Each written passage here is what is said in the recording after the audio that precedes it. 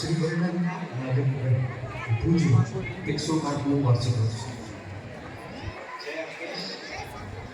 વૈષ્ણવ પ્રમુખ શ્રી વડનગર નગર મંડળ આજે આપણે 108નું મેળાવો ઉજવવા જઈ રહ્યા છીએ અને આજે ખાસ વિશેષ મહત્વ એ છે કે આજે ગુરુ પૂર્ણિમાનો દિવસ અને 108નું એટલે સ્પિરિચ્યુઅલી પણ ખૂબ જ સરસ રીતે આ દિવસ